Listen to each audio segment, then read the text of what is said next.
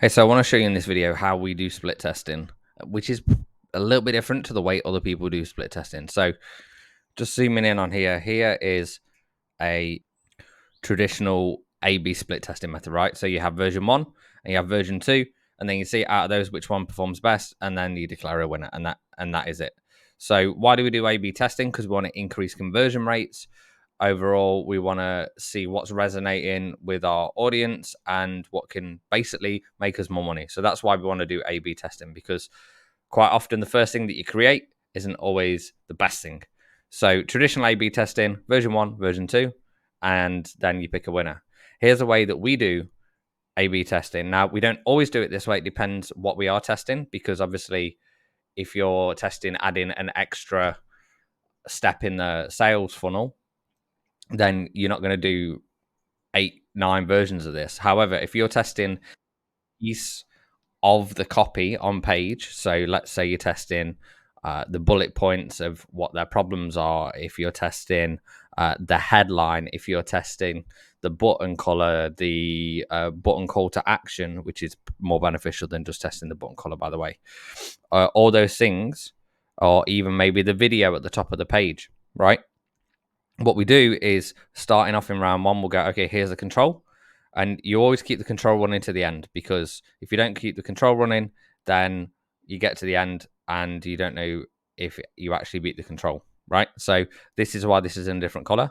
So then what we start off with like 9 versions here. So we will go and test like 9 variations. It might be changing like one word in the headline, right? And so we might have like 3 main really different headlines, but then just changing slightly maybe the sub headline, or the way that we're calling out the avatar, something like that, right? So we test all these 9 versions, and then very early on, really after the first 100 clicks, what you're going to see is certain ones are just not performing as well as the control. Now, typically what happens is, after 100 clicks, if they're not beating the control, the likelihood of them beating the control overall is fairly low. Now, is it 95% statistical significance? No, it's not. However, we apply like that 80-20 rule there, that 80% of the time we're going to be right. So on round 2, then what we're doing is going, okay, let's just cut those losers straight away. So if you see something that's like 50% less, right, than the control. So let's say, hey, we're testing a new headline and seeing how many people go and purchase off the back of seeing that headline. Well, if 50% less people purchase after 100 clicks with these versions, now bear in mind you need probably more than one different sale going through. But if this has got no clicks and the control's got like 4 or 5, then you're looking at it going, okay, these are not going to work. So you cut, and then what you do, you end up get then left with like 5 variations altogether, right? So you got 4 and then the control. Then gets to round 3, where we run up to the next level. So if these are all looking pretty even, or if some have dropped away, like the even ones, so we'll keep them running, but the ones that have dropped away and then they're not working now, then we cut those as well on round 3. And where do we cut those? Well, it depends on what action we're looking for. But if we're looking for a action further down the funnel, then we need more data. If we're looking, for example, for opt-in, right? How did this increase the opt-in rate? Well, we can see that data quicker because there's more people taking action. So that depends on what kind of thing you're optimizing for. But then what we do is we go and cut the rest.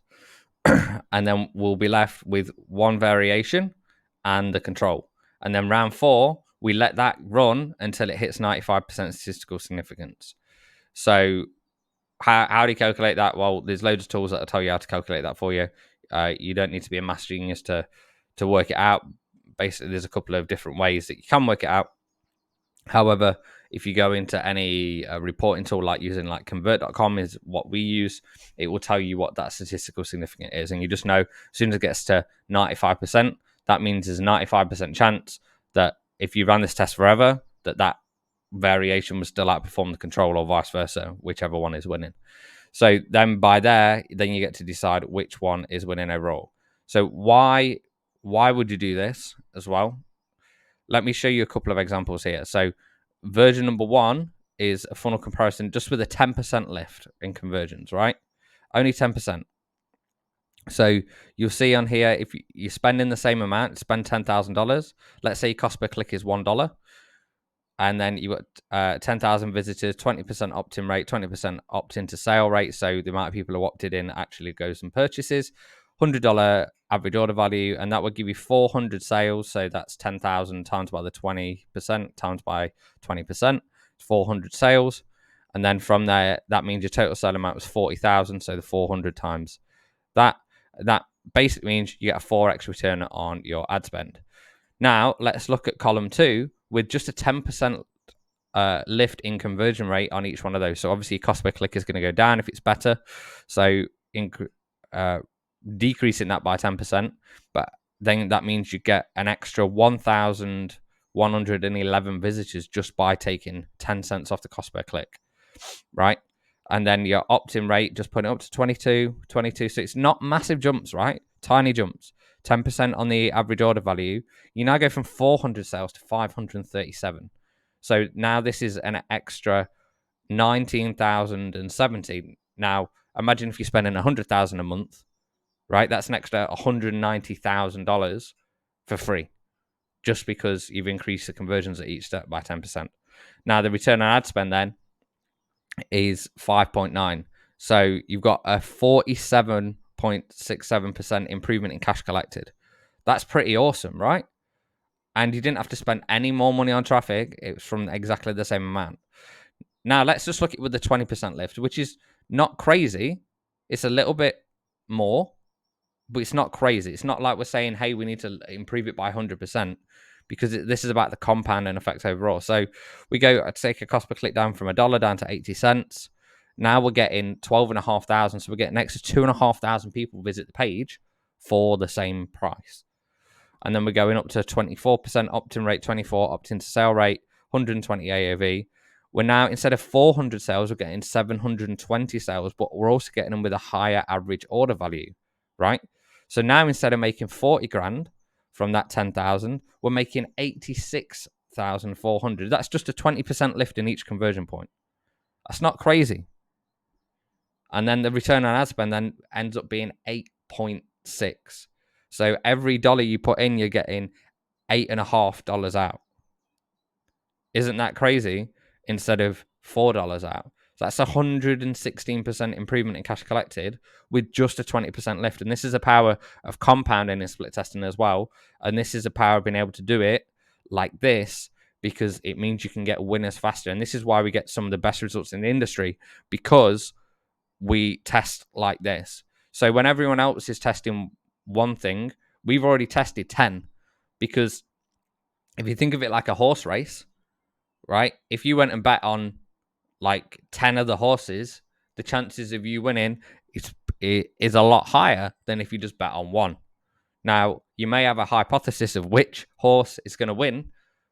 However, hypothesis is not always right. So why not bet each way and see which one works? So give that a go. Give that a test. Try this testing method. We call it the Safe Cracker split testing method. And give that a shot. Let me know how you get on.